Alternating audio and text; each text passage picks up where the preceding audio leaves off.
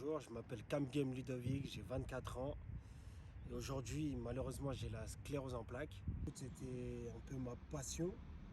Je vivais du foot dans mon quartier, dans ma ville, dans tout ce que vous voulez. J'étais connu pour le foot.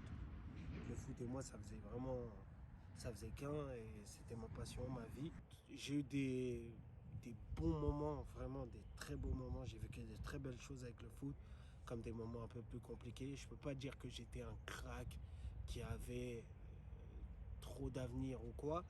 J'ai vu des gens qui avaient plus d'avenir que moi qui n'ont pas réussi. Tout comme j'ai fait des belles choses. J'étais capitaine de l'équipe du Val-de-Marne, j'ai été en équipe d'Île-de-France, donc j'ai fait des belles choses. Mais bon, aujourd'hui le foot c'est derrière moi. C'est la sclérose en plaques qui a mis un terme à tout ça. Ça a été compliqué, mais vraiment compliqué pendant les 2 premières années. Je suivais encore mon cursus scolaire que j'ai dû arrêter à cause de la sclérose et j'ai commencé à travailler.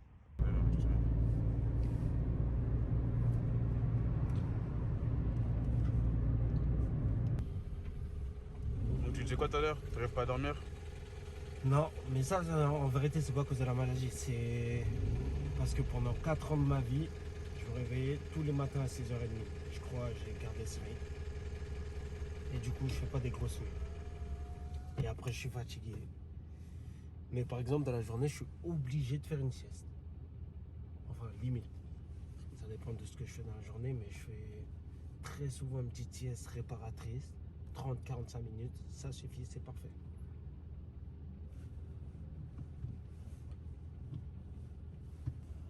Là, on va où là? On va à l'hôpital pour mon HDJ, hôpital de jour, par rapport à mon traitement, qui s'appelle le Tysabri. Traitement qui a changé ma vie.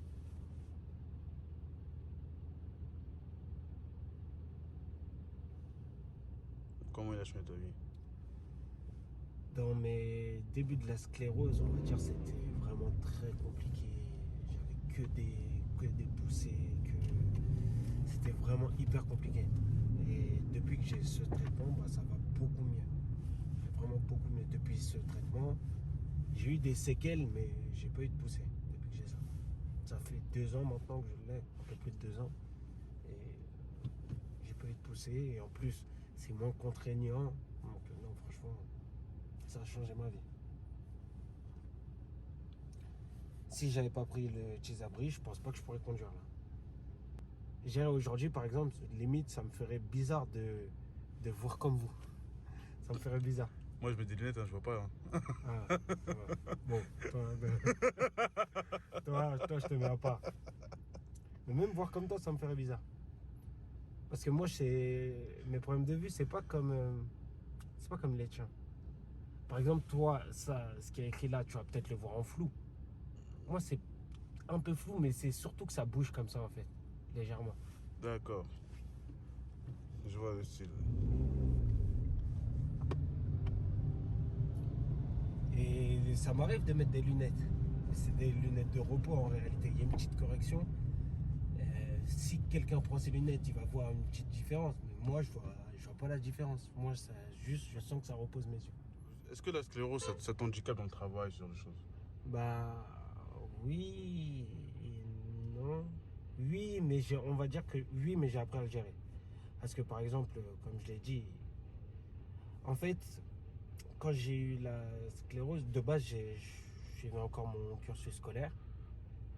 Mais la sclérose, ça m'a montré que, surtout comment c'était actif à ce moment-là, je pouvais plus du tout, je faisais que de dormir en cours, je n'arrivais pas à suivre, etc. Donc j'ai dû arrêter l'école.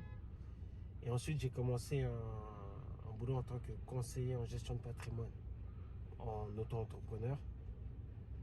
Et ce qui s'est passé, c'est qu'un jour, on avait un rendez-vous avec mon manager.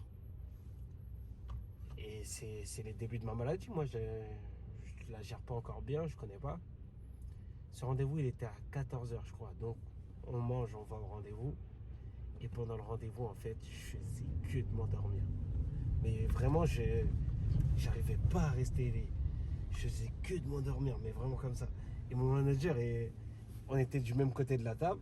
Il me mettait des petits coups comme ça. Donc ça me réveillait un peu, mais je me rendormais, je faisais que de m'endormir.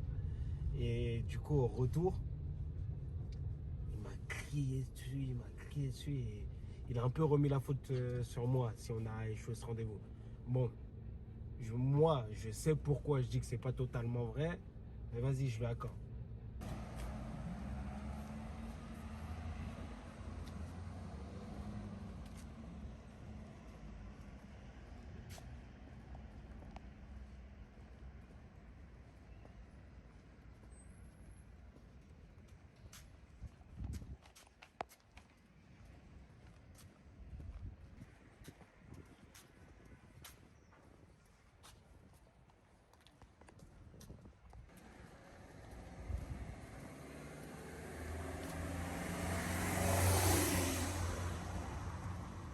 Mais là, par exemple, là pour vous, je boite.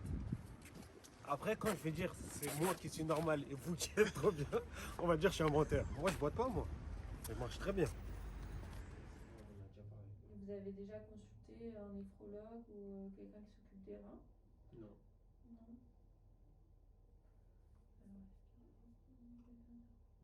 Après, peut-être que c'est élevé parce que je suis exceptionnel, hein, on sait pas. Faites beaucoup de sport ou pas? Avant, Ouais, là vous faites pas. non. Depuis la sclérose, Ouais. j'ai arrêté.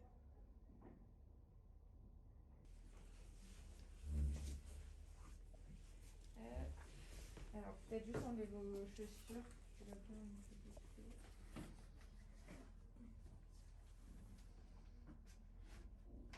Allez-y, marchez dans la pièce. Ah, vous commencez tout de suite par ça. Parce que je sais que j'ai beaucoup de mal. Ah, j'arrive pas. Non. Ah, tout comme ça sur une ligne. Ouais, allez-y, marchez normalement maintenant.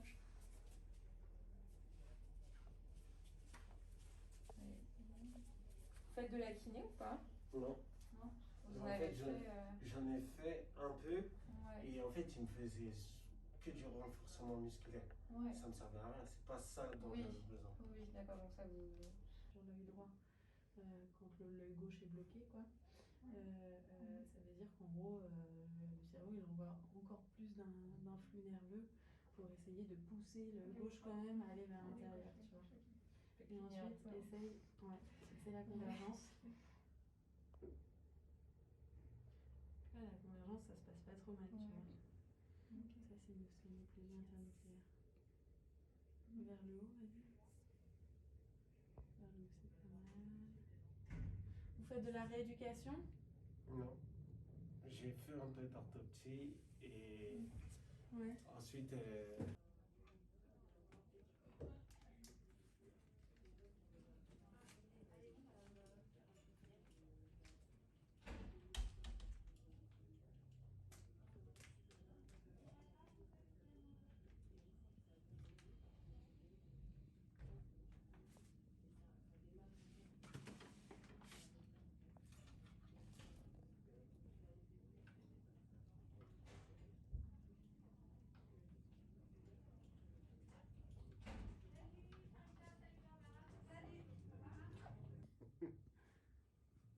Sors ton bras là.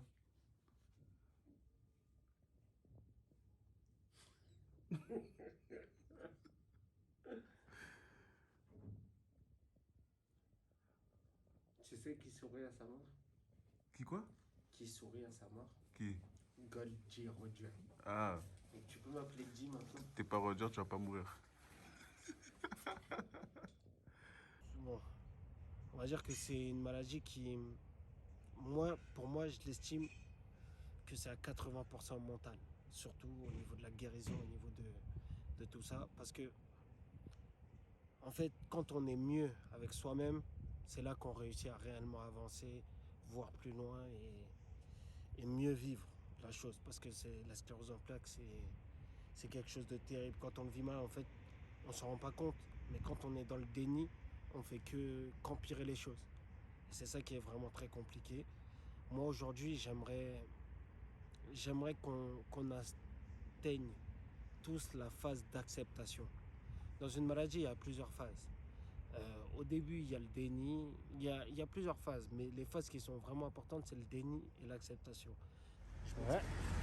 Quel sentiment tu ressens quand tu sors de là une fois tous les... C'est quoi, toutes les 5 semaines, c'est ça? Ouais, toutes les 5. Enfin, au début, c'était toutes les 4, maintenant, c'est toutes les 5 semaines. Quel est le sentiment que tu ressens? Aucun. Aucun. Aucun. Tu ne peux pas libérer un peu, que ça avance un peu? Je me sens pas mieux, je me sens vraiment au départ. Non, même pas ce traitement.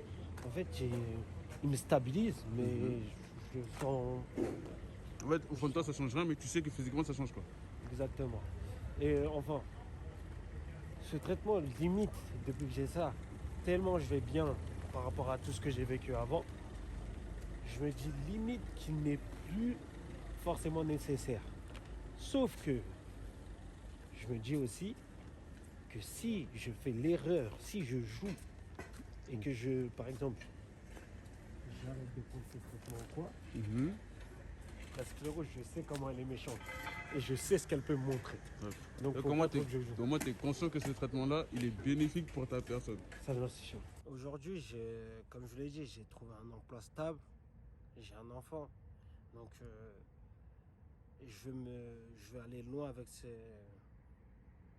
travail d'abord, et je veux réellement, mais vraiment faire quelque chose pour la pathologie en général, pas pour la sclérose en plaques. J'ai une association qui s'appelle Kouleya, association Kouleya, où j'ai ouvert un pôle santé. Le pôle santé, le but c'est vraiment de réunir plusieurs pathologies et qu'on aille tous de l'avant, qu'on aille tous au bout de nos rêves, qu'on ne se mette pas de limites. Je connais des gens dans mon entourage qui, je pense, sont sensibles à la cause de Kouleya, mais qui malheureusement ne voudront pas forcément témoigner parce qu'ils sont aussi dans des phases de déni qui ne leur permet pas aujourd'hui d'accepter la maladie. Alors peut-être que retrouver un soutien de manière un peu plus anonyme, en tout cas que eux se présentent comme des personnes anonymes, ça leur correspondrait. Et à l'inverse, il y a des gens qui ont fait un cheminement différent, qui sont quand même beaucoup plus avancés justement par rapport à eux-mêmes, qui eux sont porteurs de messages, qui veulent absolument témoigner. Ben, c'était le cas de Ludo, qui moi la première fois que je l'ai retrouvé m'a dit que son objectif c'était surtout d'en parler au plus grand nombre de personnes possible pour sensibiliser les gens. Mais tout le monde n'est pas à ce stade-là. Tout le monde n'est pas à ce stade-là, voilà, c'est ça. Et les plus grands docteurs, les plus grands médecins, les plus grands infirmiers, tout ce que tu veux, au final, ils n'ont pas de pathologie. Donc quand nous, on a quelque chose, on se sentira toujours incompris par eux. Même si ils nous aident, ils essayent de faire pour leur mieux, mais ils n'ont pas ce qu'on vit. Et moi, je sais très bien de quoi je parle. J'ai une très grande neurologue aujourd'hui qui aide beaucoup de gens, etc. Moi, personnellement, j'ai pas eu ce problème avec elle, mais elle a rencontré énormément de patients qui lui disaient « Oui, madame, comment? C'est vrai, tout ce que vous nous dites, c'est bien, mais au final, vous ne vivez pas. Donc, à ce niveau-là, on pourrait même être une force pour tous les gens de ce corps de métier. Ça serait très intéressant. T'as vu, toi et moi, on est pareil. C'est pas la même chose, c'est pas les mêmes symptômes, mais au fond, on ne maîtrise pas la situation. On a ces choses qui nous ont pris énormément de place dans nos vies et voilà, on va pas les laisser prendre le dessus sur nous. Toi et moi, on sait qu'on est des potes, on sait qu'on s'aime, on sait que c'est pas... ces mots-là, on s'en fout, on se dit ça pour rire, on se faisait rire. Et franchement, ce moment-là, c'était un moment où la sclérose, ça me faisait fureur sur moi, c'était trop terrible. Et ça m'avait fait grave du bien. Ouais, le fait d'en parler déjà toi-même, quand tu sors de ta bouche. Avec moi, j'ai eu jusqu'à peut-être même 25 ans, de ma bouche, il n'y a jamais un truc positif qui est sorti de ça. No way. Ouais, c'est ça en fait. Genre en vrai, t'entends, mais toi tu sens rien par rapport à ça. Peut-être c'est ça on m'avait dit ça même une fois, ma psy, enfin mon médecin en général, m'avait dit ça. Des fois, dis-le, parle. Tu vas voir, juste même tu sors de ta bouche, tu vas voir que... J'étais en Benjamin, c'était quoi, CM2. Mon record de jongle, c'était 400 et quelques. Aujourd'hui, avec la sclérose, ça doit être 4 et quelques. Donc vraiment, ça m'a... Ouais, c'est au niveau des mouvements, au niveau des... Ouais, c'est vraiment compliqué. C'est dur de se dire que peut-être 10 ans en arrière, je J'en faisais jusqu'à ce que j'ai mal à la jambe. Aujourd'hui, j'arrive plus à en faire. Il y a plein de petits symptômes comme ça qui viennent au jour le jour. Mais c'est pas grave, c'est la vie, on avance. Et le but, c'est d'aller loin.